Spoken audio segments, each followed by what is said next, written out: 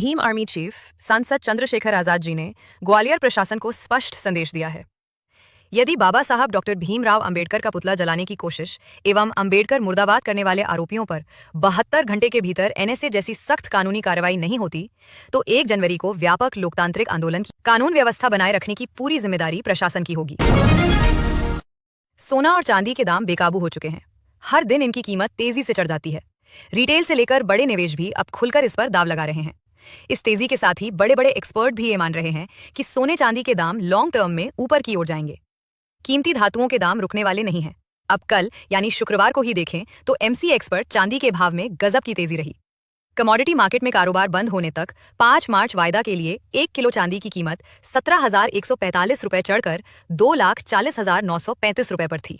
हालांकि चांदी दिन के कारोबार के दौरान 19,000 रुपये चढ़कर 2,42,000 रुपये प्रति किलो पहुंच गई।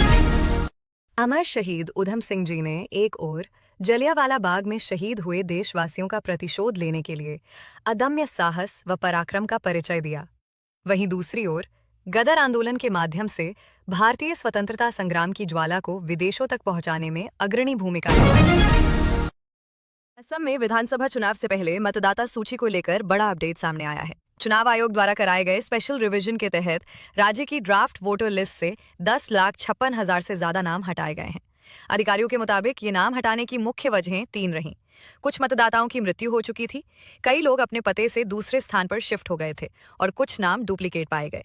नई ड्राफ्ट सूची के अनुसार अब असम में करीब 2,51,00,000 पंजीकृत मतदाता हैं, जबकि 93,000 से ज्यादा डी वोटर्स, जिनकी नागरिकता पर सवाल है, को वोट देने का अधिकार नहीं दिया गया है। हालांकि उनके नाम सूची में बने हुए हैं।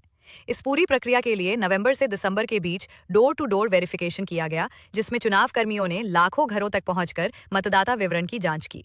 चुनाव आयोग का कहना है कि इस अभ्यास का मकसद किसी को बाहर करना नहीं, बल्कि चुनाव से पहले साफ, पारदर्शी और सही मतदाता सूची तैयार करना। पहले सिर्फ हेलमेट ना पहनना ही गलती मानी जाती थी, लेकिन अब हेलमेट सही तरीके से ना पहनना भी नियम तोड़ना है।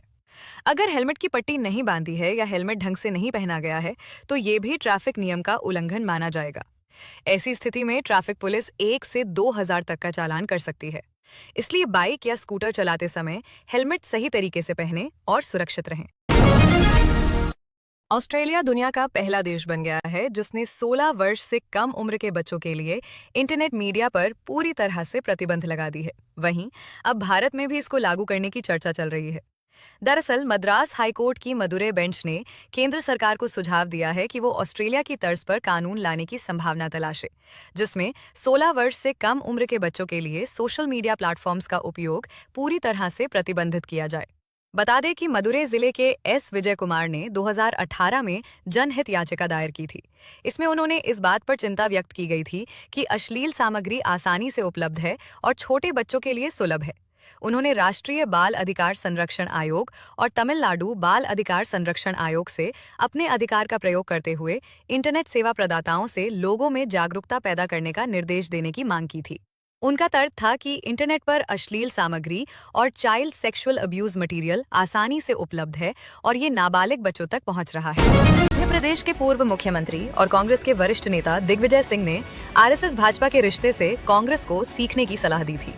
आज कांग्रेस के स्थापना दिवस के मौके पर वो राहुल गांधी से मिले। इस दौरान इस मामले को लेकर दोनों के बीच बात भी हुई। सूत्रों के मुताबिक राहुल गांधी ने दिग्विजय सिंह से हाथ मिलाते हुए कहा, आपने कल बदतमीजी की। ये सुनकर दिग्विजय सिंह के आसपास खड़े नेताओं को हंसी आ गई। इस मौके पर सोनिया गांधी भी साथ थीं। कांग्रेस स्थापना दिवस समारोह के बाद पार्टी मुख्यालय में नेताओं के लिए चाय और नाश्ते का इंतजाम किया गया था। इस दौरान दिग्विजय सिंह और राहुल गांधी करीब आए और बाद में यो व्यंग्यात्मक टिप्पणी की। इससे पहले दिग्विजय सिंह ने प्रधानमंत्री नरेंद्र मोदी और भाजपा के वरिष्ठ नेता लालकृष्ण आडवाणी की एक पुरानी तस्वीर का हवाला देते हुए आरएसएस भाजपा गठबंधन की तारीफ की। आज लखनऊ में टाटा मोटर्स की नई कार सिएरा की लॉन्चिंग पर उपस्थित गणमान्य जनों को संबोधित करते हुए हार्दिक बधाई एवं शुभकामनाएं दी। इस अवसर पर MZD0, पुनीत ग्रुप श्री प्रभात मिश्रा जी, डायरेक्टर एवं अन्य गणमान्य जन उपस्थित थे। हापुड़ में पुलिस और प्रशासनिक टीमों ने किसानों को कलेक्ट्रेट परिसर से जबरन हटा दिया। किसान अपनी आलू की फसल के पेमेंट की मांग को लेकर 5 दिनों से भूख हड़ताल पर थे। इस बीच समाजवादी पार्टी के नेता अखिलेश यादव प्रदर्शनकारियों के समर्थन में सामने आए। उन्होंने सोशल मीडिया प्लेटफॉर्म एक्स पर पोस्ट करके अपना समर्थन जताया। उन्होंने लिखा, हापुड़ के आलू किसानों का भुगतान तत्काल हो, यही हमारी मांग है। अगर ऐसा नहीं हुआ तो हम स्थानीय कार्यकर्ताओं से कहेंगे कि वो इस आंदोलन को और बड़ा बनाने के लिए अपना पूर्ण समर्थन दें। उन्होंने सत्ता पक्ष पर कटाक्ष करते हुए लिखा, भाजपा की ये चाल है और कठिन बना देना चाहती है कि दुखी होकर किसान खेती करना ही छोड़ दें और थक हार कर हताश होकर अपने खेत और खेती भाजपाई धन्ना सेठों के हाथों में देने पर मजबूर हो जाएं। भाजपाई पहले खेती पर कब्जा करेंगे, फिर खान पान की हर चीज को मनमाने दाम में बेचकर बेतहाशा मुनाफाखोरी करेंगे, महंगाई बढ़ाएंगे और आखिर में ये जमीनों पर कब्जा कर लेंगे और किसानों को उनके ही खेत पर मजदूर बनाकर फिर उनका शोषण करेंगे। वाराणसी। नए साल से पहले धर्म नगरी काशी में पर्यटकों का रेला लगा हुआ है। बाबा विश्वनाथ के धाम में भी सावन जैसी भीड़ दिख रही है। भक्तों की भीड़ को देखते हुए मंदिर प्रशासन ने कई अहम फैसले लिए हैं।